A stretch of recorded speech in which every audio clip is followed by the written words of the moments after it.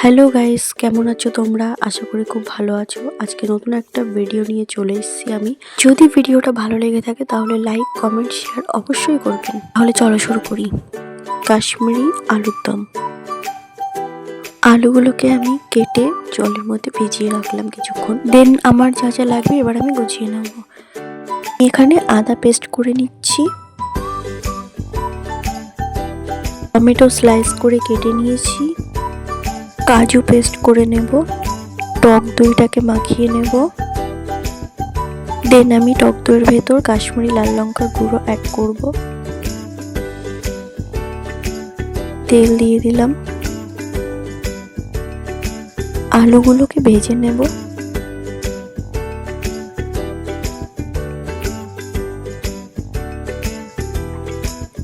আলুগুলোকে লাল লাল করে ভাজা হয়ে গেছে। এবার আমি আলুগুলো তুলে নেব। শুকনো লঙ্কা, তেজপাতা আর গোটা জিরে আমি দিয়ে দিলাম।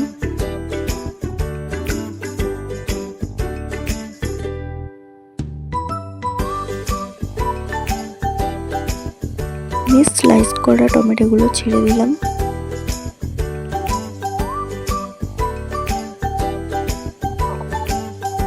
দেন আমি আদা বাটা দিয়ে দিলাম। একটু নাড়িয়ে নিয়ে আমি অ্যাড করছি এখানে সামান্য পরিমাণে নুন।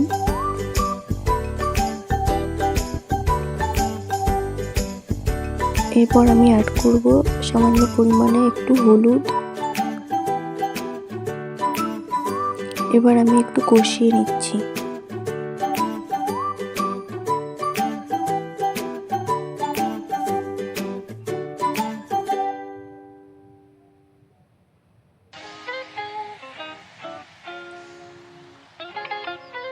আমার ভালো করে কষানো হয়ে গেলে অ্যাড করব কাজু বাদাম বাটা। কাজু বাদাম বাটা দিয়ে আর একটু কষিয়ে নেব।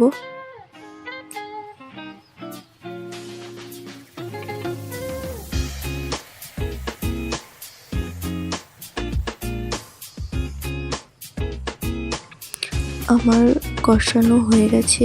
এবার এর মধ্যে আলুগুলোকে অ্যাড করব।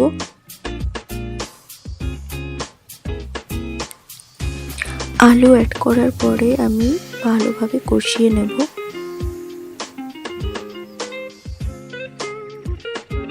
দেন আমি এখন অ্যাড করছি টক দইয়ের সাথে কাশ্মীরি লাল লঙ্কার গুঁড়ো।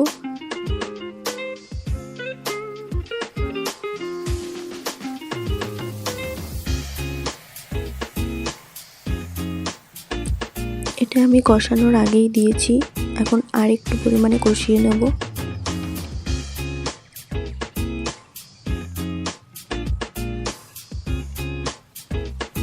দেন আমি অ্যাড করব কাশ্মীরি লাল লঙ্কার গুঁড়ো।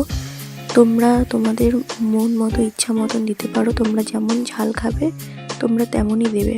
আমরা একটু বেশি ঝাল খাই, তার জন্য আমরা একটু বেশি দিয়ে নিচ্ছি।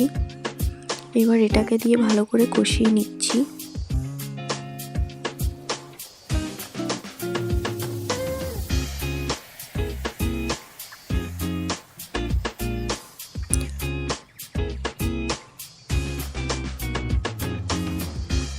আমার কষানো হয়ে গেছে। এবার আমি এতে অ্যাড করব জল। খুব বেশি জল দেওয়ার দরকার নেই, সামান্য পরিমাণে জল আমি দিয়ে দিচ্ছি।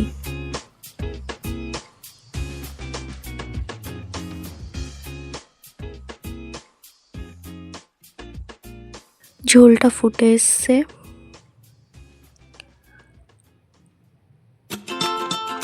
আলুগুলো খুব ভালোভাবে সিদ্ধ হয়ে গেছে।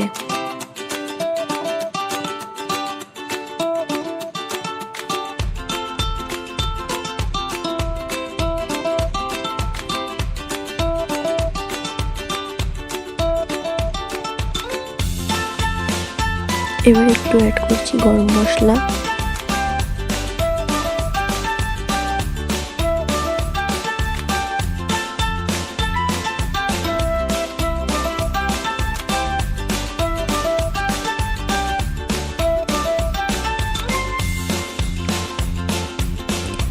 রেসিপিটা বাড়িতে করে দেখবেন, সত্যি খুব ভালো হবে, দুর্দান্ত খেতে হয়েছিল।